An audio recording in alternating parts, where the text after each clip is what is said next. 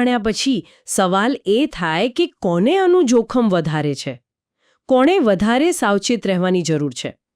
લેખમાં પેલો 75% વાળો આંકડો છે ને ભારત માટે, એ તો બહુ મોટો કહેવાય. હા, એ આંકડો ખરેખર ચિંતાજનક છે. અને એમાંય ખાસ કરીને જે લોકો શાકાહારી છે, વેજીટેરિયન, એમને સૌથી વધુ જોખમ છે, કારણ કે B12 મુખ્યત્વે પ્રાણેજ ઉત્પાદનોમાંથી જ મળે છે. બરાબર. એ સિવાય વૃદ્ધો, કારણ કે જેમ ઉંમર વધે તેમ શરીરમાં એનું શોષણ ઘટતું જાય છે. પછી ગર્ભવતી અને સ્તનપાન કરાવતી મહિલાઓ, જેમની જરૂરિયાત સામાન્ય કરતાં વધારે હોય છે. જે લોકો વધુ પડતું આલ્કોહોલનું સેવન કરે છે અને જેમને પાચન સંબંધી રોગો હોય, જેમ કે ક્રોન્સ ડિઝીઝ કે સિલિયાક ડિઝીઝ, એમનામાં પણ આ ઉણપનું જોખમ વધારે રહે છે.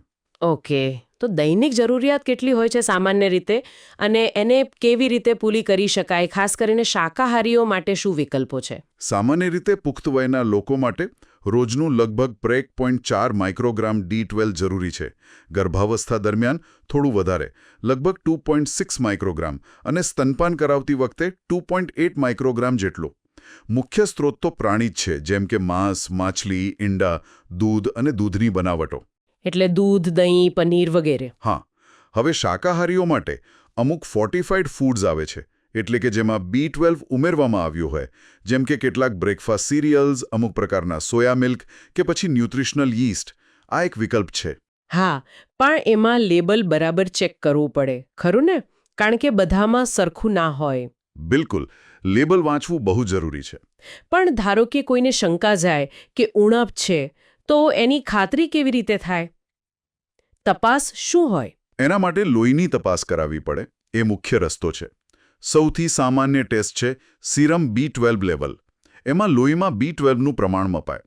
જો લેવલ 150 pg/ml પાઇકોગ્રામ પ્રતિ મિલીલીટર થી ઓછું આવે તો સામાન્ય રીતે ઉણપ ગણવામાં આવે છે. 150 થી ઓછું? ઓકે. જો કે ક્યારેક એવું બને કે સીરમ લેવલ નોર્મલ હોય પણ શરીરમાં B12 બરાબર કામ ન કરતું હોય. એટલે ડૉક્ટર વધુ ચોક્કસ નિદાન માટે બીજી તપાસ પણ કરાવી શકે છે, જેમ કે MMA એટલે કે મિથાઇલ મેલોનિક એસિડ અને હોમોસિસ્ટીન લેવલ. આ ટેસ્ટ એ બતાવે છે કે શરીરમાં B12 કેટલી અસરકારક રીતે વપરાઈ રહ્યું છે, ખાલી જથ્થો નહીં. અચ્છા, એટલે આ વધારે ડિટેલ્ડ ટેસ્ટ થયા. હા, એમ કહી શકાય. અને જો તપાસમાં ઉણપ નીકળે તો પછી સારવાર શું? શું સપ્લિમેન્ટ્સ લેવા સુરક્ષિત છે? સારવાર મુખ્યત્વે ઉણપ કેટલી ગંભીર છે તેના પર આધાર રાખે છે. જો હળવી ઉણપ હોય તો મોઢેથી લેવાની ગોળીઓ એટલે કે સપ્લિમેન્ટ્સ પૂરતી થઈ શકે છે. પણ જો ગંભીર ઉણપ હોય અથવા તો શરીરમાં B12નું શોષણ જ બરાબર